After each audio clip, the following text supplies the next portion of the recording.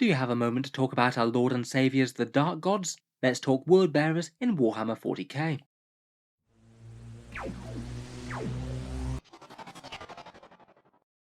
Hello and welcome back to Auspex Tactics, where today we're doing another Chaos Legion overview, and this time we're taking a look at Word Bearers, perhaps one of the single most standout powerhouse picks of the new Chaos Codex. We'll talk through their unique Legion rules, which have some pretty standout stuff in just about every single section, go through their character upgrades and the strongest units that they can bring to the table, and finish up with a competitive list. So Word Bearers in 40k are basically the Chaos Space Marine Legion, who are the biggest and most devout evangelists of the Dark Gods of Chaos, an undivided legion worshipping the entire Chaos Pantheon, and arguably one of the driving forces of the entire Horus heresy, turning away from the Emperor's light when he shunned them, and finding newer and more powerful gods to worship. In the 41st millennium, they're no less devout in spreading their faith to the distant corners of the galaxy, and they'll typically make war with lots of dark apostles amongst their ranks, and they also have a particular liking for demonkin, with lots of them being found amongst their ranks. Overall, in the new Chaos Codex, they're one of the strongest Chaos Legions about at the moment, perhaps the easiest to use for newer players in particular. They've got a really strong core Legion trait, and basically decent options in every single section of their sub-faction rules. In the Chaos Codex, it seems that there's 4 legions that are particularly standing out as the most common picks: Black Legion, these guys, Emperor's Children, and Creations of Bile. And the Word Bearers do seem to be holding their own pretty nicely. They've got a win rate of around 52% in tournaments, slightly higher than the faction average at 50. I'd say in general the Word Bearers are a very easy army to use, with decent extra rep melee power in a codex that's very focused around dangerous combat datasheets. But despite this, they don't seem to be top of the tree in terms of chaos lists that are topping tournaments. It seems far more common that you're likely to win a grand tournament playing Emperor's Children or the Creations of Bile compared with Word Bearers. They've got a fair few podium placings but haven't taken home any first places that I've seen, whereas the Emperor's Children and Creations of Bile have taken home lots each. Still though, I think few people will dispute that Word Bearers are a very strong choice if you're unsure with which legion to pick. Getting into their rules, and a big part of their raw strength is their unique Legion trait, Profane Zeal. This one really is just all round excellent. Reroll hits in the first round of combat, which will massively amp up the damage of any of the Chaos Dangerous melee units, and also a 5+ save against mortal wounds as well, really nice with how common they are in 40k in general. Two things that you really can't go too far wrong with: the Chaos units will be a lot more dangerous, and a lot less easy to kill with arcane means. It definitely lends them to being a pretty heavy melee army, with lots of the dangerous combat units that Chaos can field. The Word Bearers have a unique secondary objective called Exalt the Dark Gods. Again, for Chaos Space Marines who usually struggle for secondary objectives a bit, this one is another particularly good one. It's a Shadow Operations one where Word Bearers infantry can do an action wholly within 6 inches of the centre of the board at the end of the movement phase. You generally want to be doing it with Icon units, Dark Apostles, or Masters of Possession, which complete at the end of the turn. It's just a bit more likely than hoping that your unit's going to survive until the next command phase, though with something like buffed up Terminators or something, it's not out of the question. It's pretty nice to do with a Dark Apostle or Master of Possession who's buffing a big unit while screened. The Apostle prayers will already have been done before this one starts, and you can still cast powers while you're doing it. You do need to clear the centre of the table though. If enemies have put something durable in the midfield, then you need to clear them by the time it's done. Ideally the goal will be to get this done 4 times for the full 15 VP, but 3 times is 9 and twice is 5, and it does seem to be really quite a common and easy pick for Word Bearers. Obviously I weigh it up against other action type ones like Raise the Banners. In big easy objective games that one might still be better than this. Still though, if you've got something like a big dangerous Terminator brick and some support characters behind it, then this one does seem like one that you could fairly reliably claim. Next up we've got Stratagems, and there's another few really nice picks in here. Going through them one by one, first up we have a 2 CP one called Cursed Despoilers. A core or demonkin unit in Wanton Massacre gets extra hits on a 4+ against a unit within 12 inches on an objective. I feel this one's a bit niche to be honest, only going to apply it every so often, and even then 2 CP might not always be worth it for the extra damage that you'd expect. Fanatic Zealotry is 1 CP. Cultists that are less than 12 inches from a character get to reroll charges, and their melee weapons get an extra AP -1 better. This one's actually a very tempting one for Cursed Cultists, I think. With the AP boost on their AP -2, it really does make their combat a lot more threatening, and makes them a more tempting choice for the army overall. Revered Host is a particularly good one. That's 2 CP for reroll wounds in melee with a demon unit. In general, I feel like that's going to be best placed on possessed Chaos Marines. With a middling strength of 5, that means that they'll be wounding things with a toughness 8 or even 9 most of the time. and with the sheer weight of attacks they'll be putting out, re-rolling the hits most likely, they're going to have a good chance at mauling just about everything. Most of the time that is going to be a little bit more dangerous and more damage than the veterans of the Long War one, but maybe not by enormous amounts. Certainly helpful though, Possessed will quite like that one if you need a big damage boost. For 1 CP, there's a fluffy one called Vengeance for Monarchia. This one's reroll hits and wounds in melee versus Ultramarines. Obviously great against them for 1 CP, I'd use that as often as you can, but when you are playing the field, most enemies aren't going to be Ultramarines. For 1 CP, we've got Dark Pact. This one's pretty great to be honest. You use it when a character is slain, and you have a 4+ chance for them getting up from death at the end of the phase, with D3 wounds remaining. It's pretty excellent on most fighty characters, or even just to safeguard the life of one of your important buffing characters. If you manage to pull this off on something like a Demon Prince, they get killed with enemy attacks, and then they get up to have one final turn of damage dealing, that's going to be easily worth the CP. Then for 1 or 2 CP, we have Malevolent Covenant. This one's a really nice Psycho support one, allowing you to essentially take a mortal wound to automatically pass the psychic test and prevent it being denied. It costs 2 CP if you don't want to take a mortal wound, but if the psychic can afford to take a mortal wound, then it's only 1. If you fail a psychic power in the psychic phase, then you could weigh this up against using the command point reroll, which would still cost 1 CP, but would still have the chance of failing. If you really want to get something nasty off, like Pact of Flesh or maybe even Warp Marked or something, then for 1 CP and taking a wound, it really doesn't seem bad at all. Certainly a very nice advantage to Psychers, particularly that efficient Master of Possession. For 1 CP, we've got Apostle of the Dark Council. You use this pre-game on one of your Dark Apostles, they get +1 leadership and also get to re-roll their prayers. Usually while those Dark Disciples are still alive, then you're only going to be failing them on a 1 anyway. It kind of depends on just how much insurance you want to build into it, but perhaps if you are upgrading one to the Apostle that can cast 2 prayers, then it could be a lot more worth it. If you absolutely need to make sure that Illusory Supplication doesn't fail at a key moment, then maybe this could be worth it. Finally, and another very nice one to round up, is Hexagrammatic Ward, 1 CP, and when an attack is allocated to a model, change the damage characteristic to 0. I believe that one happens before saves, so you don't get to find out whether or not it punches through an invul or something before the damage gets removed, and it is just once per unit per game, but still that's enough to reduce a whole load of incoming damage. Sometimes that's going to be easily worth using, say if you know you've got a d6+2 Melter Shot coming in, and there's a very reasonable chance of failing the save, then it seems that could easily be worth a command point. Quite a nice one that you can basically just weigh up whenever you're about to take some very scary damage, and whether or not it's going to be worth taking that damage away, depending on just how valuable the unit is, and whether or not the opponent has other things that they can still kill it with. Overall, the Stratagems section is a really strong one, I think. Out of these, I really like Dark Pact, and the ones for the Psychers and the Dark Apostles, and Hexagrammatic Ward is pretty nice as well.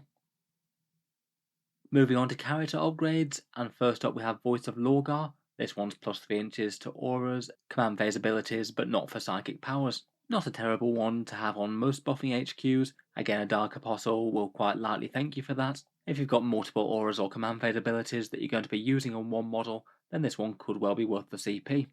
We've got Exalted Possession next. You get to gain the Demonkin and Demon keywords if you didn't already have them, get a 4+ invul, get +1 strength, attack, wound, and a +2 inch move. This one's basically an all-round stat line inflation, and I feel like it's very rarely going to be a wrong choice. Perhaps most powerful on something like a Demon Prince if you just want one to be massively fighty, even faster and tougher, though I'll admit it does have pretty stiff competition from plenty of the others. Demonic Whispers is a rather nice command point farming one. When you use a prayer, psychic power, or do an action, you roll 1d6. If you roll higher than the battle round number, you gain 1 CP. If you can spare the CP early on, that one could easily rustle you up maybe 2 or 3 over the course of a game. Could be a net positive trade-off if you don't need the Warlord Traits to do other things. Master of the Union is a really quite nasty one for buffing Demonkin melee. In the command phase, you get to nominate one Demonkin unit within 6 inches. They get +1 strength and an extra AP -1 better in melee. And this one's pretty fantastic, either with Possessed or with Warp Talons. Both of those will really love getting to AP -3, particularly on top of their standard rerolls for Word Bearers, never mind any other stratagems or anything else you do with them. Absolutely brutal, and I think this one isn't really going to be a bad choice if you are including a couple of units of Possessed or Warp Talons in the army with a supporting character. Perhaps could be nice to put on a Master of Possession maybe, one that's maybe thinking about supporting Possessed with Cursed Earth, or Warp Marked or something.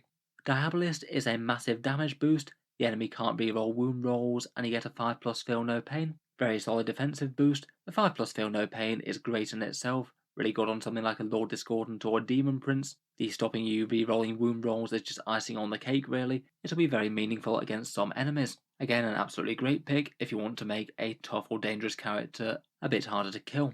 Finally, we have Hate Fueled Demagogue. One unit within 6 inches gets to be in the Wanton Slaughter Wanton rule, exploding sixes to hit in melee, and it also lets cultists use that rule as well, so it makes their melee a bit better too, and you could use it to go on accursed cultists. This one's a fine enough melee damage boost, maybe not super standout, but again it isn't exactly bad by any stretch of the imagination. Maybe the biggest issue with this one is that turn 3 onwards is not really going to matter, whereas other buffing rules might do a bit better. Overall though, the Wordbearer's Warlord traits are just absolutely standout. You really are spoiled for choice between these, literally every single one of them is usable, and you really have the choice of what you want to go for: extra melee damage, better buffing, command point farming, or extra toughness. I think perhaps the biggest disadvantage is there's so many good ones to choose from, you're always going to be leaving some good stuff behind, particularly when you're also factoring in the very good standard book Warlord traits like Flames of Spite for loads of mortal wounds in combat. Relics next, and maybe I don't think that they're quite as universally strong as the Warlord traits, but there are also several that are very good here too. The Eightfold Cursed Crozius replaces a Crozius, a cursed weapon or power maul, and gives you +2 strength, AP -2 and damage 3, and you automatically wound the target when you hit them. It doesn't work against monsters or vehicles, but still that's going to be a pretty powerful general purpose smash character. It will be competing against very good melee demon weapons though, things like Golax or Alok the Black. The Crown of the Blasphemer gives you a 4+ invul. Once per game you get a 3+ invul until the end of the phase, and cultists can take that one if they want to. That one's kind of fine, maybe could be useful enough on something like a Master of Executions, but I guess you might well be wanting to give them a demon weapon or something instead. Certainly could make them very hard to kill for one turn though. The Malefic Tome allows a Psyker to know an extra power and get +1 to cast. Not too bad at all, but might be a bit secondary to the one that allows you to cast more powers I suppose. The Epistle of Lorgar I think is perhaps one of the single best. It allows you to know an extra prayer and chant one extra prayer each turn, kind of doubling the value of your Dark Apostle then and there. It's really quite nice to have the option to have both Illusory Supplication and the full hit rerolls in play, or other things like Benediction of Darkness perhaps. Really good, and I feel like if you're playing World Bearers, it makes the Apostle near auto-include. They're already taking in a whole bunch of competitive lists to give Illusory Supplication to Terminators. A 1 CP upgrade to cast a second prayer all game long is just icing on the cake. Next up, we've got the Ashen Axe. This can be any axe variant or cursed weapon. It goes to strength +2, AP 3 and damage 2, and if it slays an enemy you roll 2d6. If it's greater than their leadership, they can't fall back, can't advance, and always fight last until the game's end. It really is quite a nice little collection of debuffs that, but it does mean that you need to get this model into combat with them, and then usually you'd only get the full effect if they somehow fell back from combat or something. On top of that, it's just really quite a good chance that you don't get the buffs off in the first place if you roll low on that 2d6, and overall I'm just not super convinced it's worth it overall. The Armor Diabolus gives you a 2+ save, not a bad thing at all with Armor of Contempt, and on a 4+, the attacking unit suffers 1 mortal wound when they take damage. If the unit's destroyed, they also deal D3 mortal wounds to the enemy unit on a 4+. Again, this one seems fine enough, maybe okay on a Demon Prince perhaps. They've got a lot of wounds, so will benefit more from the 2+ save and the extra mortal wound bouncing hits. A fairly reasonable defense boost plus a few mortal wounds doesn't hurt. Certainly might compete with some of the other choices though, like demon weapons. Finally, we have the Baleful Icon. Infantry within 6 inches. When they're attacked, the opponent can't reroll hits, wounds, or damage rolls. That's really quite a nice defensive relic. You could certainly have that on one of the buffing characters, like the Dark Apostle or the Master of Possession, to help out the units that they're buffing. Pretty nice that it's an aura as well. Basically turns off a whole load of damage boost type rules for the enemy army. Again, like the Warlord traits, there really are a ton of decent options out of the relics. I'd say perhaps the Epistle of Lorgar is one of my favourites, but the Baleful Icon is also very good, and there's plenty of other ones that are usable. Overall, putting it all together, I do feel that the Word Bearers do have plenty of units that maybe gain a bit more from these buffs than others, and I do feel that quite a lot of the units tend to be ones that are already very strong in Chaos Space Marines anyway, which is definitely a good thing. Perhaps the single most obvious picks are Melee Demonkin. Possessed and Warp Talons absolutely love the Legion trait, Plus there's decent support options like Master of the Union or the 2 CP reroll wounds for Possessed, and you could easily run multiple Master Possession to support them if you wanted. They do have enough good spells to make them worth it. The Psychers already like that stratagem as well to auto-pass a power if they fail. Otherwise, with the Legion trait, anything melee is great, particularly Terminators, seeing as they're going to be excellent with the souped up Dark Apostle, and could also make very good use of the Baleful icon if desired. Chosen will be fine for a similar role as well. Dark Apostles, I think, are just so much better in Word Bearers than most other places. The main benefit is having 2 prayers that they can cast per turn, but you can get multiple other ways to make them better, such as re-rolling the cast, and you can even make them pretty fighty if you want to. Accursed Cultists seem to fit in pretty well with the Legion's theme, plus you can get AP -1 for them if you need to, a very nice damage boost to a fairly threatening unit anyway. Legionaries and Bikes will both enjoy the Legion trait as well, plus they can bring some cheap icons for the secondary as well. And just about any dangerous character that's threatening in melee will like the Legion trait, plus Hexagrammatic Ward and the ability to have a chance from resurrecting in death. I feel like most of these choices tend to be things that you'd be very tempted to take in most strong Chaos lists anyway, making Word Bearers really feel like one of the easier legions to use. Otherwise, for their character upgrades, as mentioned, I feel like every single one of the Warlord traits is usable, and some of them are very standout strong as well. And I kind of feel like they've got so many strong choices that you actually get into diminishing returns, as plenty of good ones just aren't really going to see too much play just because you can only bring a certain amount in the army, or it only makes sense to bring so many. Epistle of Lorgar for the Dark Apostle is great, that might be one of the single best. I also really like Exalted Possession for the all-round stat line boost, Master of the Union for the Demonkin, Diabolist for the Feel No Pain and Wound rolls, and the Baleful icon for turning off infantry rerolls. All of these are still competing against the very good ones from the main book as well, which are also great with word bearers. Things like Golax to auto wound after you've basically had a good chance of hitting with the Legion trait already. Flames of Spite for reroll wounds and extra mortals, or perhaps a Lock of the Black for extra mortals when you wound in combat. Generally, I'd expect word bearers to have a pretty hefty pre-game spend in terms of command points. There's just honestly more stuff here than you can realistically fit into any one list. Finally, for the favourite stratagems, I really quite like the Demonkin reroll wounds. The character resurrection on a 4+ is a very nice one to have. The 1 CP to auto pass powers and Hexagrammatic Ward are my pick of those. Finally, I thought we'd just round up with one strong word bearers list recently. This one is won by Jason Bureau, who led the word bearers to a 3rd place finish at the KC Summer Slaughter. Definitely a fair amount of the units that make the Legion strongest on the board here. First up, and not unexpectedly, we have a Dark Apostle, Mark of Slanesh with Illusory Supplication and Benediction of Darkness, and they'll also have the reroll hits and the Slanesh one to advance and charge. They've got the Epistle of Lorgar for the 2 prayers, Apostle of the Dark Council for getting to re-roll them, and also makes use of the Chaos Relic stratagem to take the 8-fold Cursed Crozius as well, so he's a bit of a melee threat in his own right. There's then a Master of Possession, also Slanesh marked. That one takes Pact of Flesh, Cursed Earth, and it'll have access to the Slanesh 5+ Feel No Pain as well. All good things, and they can be cast very reliably too. And then there's everyone's favourite Demon Prince with wings, Nurgle marked with Golax for the auto wounding, and even Death Hex to ignore invul saves for a very, very scary monster. He's a Warlord with Diabolist for the 5+ Feel No Pain and turning off wound rerolls, so it's going to be abnormally tough to take down. Could be a nice one to have Resurrect as well. 1 CP for another chance of having his mighty damage dealing could be very, very scary indeed.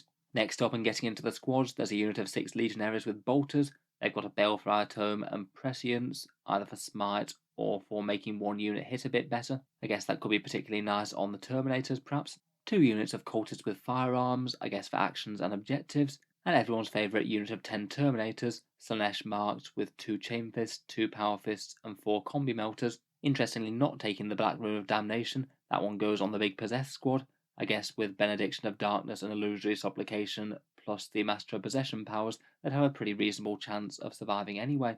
Then there is a big unit of Possessed, pretty great with access to re-rolling wounds and things. They do have the icon for leadership things, plus could do that secondary if they needed to, and the Black Rune of Damnation for -1 to wound. Then there's a couple of units of Rubric Marines. They take Warp Flamers and are pretty savage with Let the Galaxy Burn. They both have Warp Time as well to get them closer to get those weapons in range. There's 2 units of 5 Warp Talons, fairly fast and destructive melee threats, re-rolling all hits and wounds. And finally, and perhaps one of the most interesting things, is the Noxolith Crown. Kind of cool to see that in use, to be honest, as I haven't seen too many Chaos lists use one. It gives you an expanding aura of 4 plus invul saves against range that goes on throughout the game, which could be handy. But perhaps more importantly, it allows you to get a much more CP on the go for those very nice word bearers stratagems. My guess would be that it would be the legionaries with the Balefire Tome who'd be doing the action to rustle up a command point per turn, basically getting you 5 extra command points over the course of the game if they keep on doing it. You could also do it with the Dark Apostle as well, without affecting his prayers going off. Kind of fun to see that one in use. I guess making it into a command point battery if you already had the squads to do so doesn't seem like the worst idea. In any case, looks like a fun and destructive word bearers list. A whole ton of nasty demonkin, led by some great support characters, and of course a Dark Apostle to convert everyone to the Thrall of Chaos. Looks pretty nice for bullying enemy units off midfield objectives, and it's got plenty of units to do the word bearers secondary as well, as they probably won't have too much trouble dominating the centre of the board with those scary melee units. So anyway, that just about brings us to the end of our overview of word bearers in 9th edition. Let me know your thoughts on them down in the comments below, and how the Legion of Lorgar have been performing for you on the tabletop. Feel free to check out my other videos. I have covered most of the other Chaos Legions at this point, or subscribe to Auspex Tactics if you'd like to see more 40k content like this. Finally, if you have been enjoying all the videos on the channel, I would just like to mention that Auspex Tactics does have a Patreon page as well, and you can find that linked down in the video description if you're interested. Channel patrons do get a fair few advantages, seeing certain videos early, regular votes to see what sort of things come next on the channel, and automatic entry into the regular prize giveaways with a chance to win some big model kits each month. If any of that sounds good to you, or you'd just like to help support, the link is down in the video description. In any case, a massive thank you for listening, and I'll hope to see you guys next time.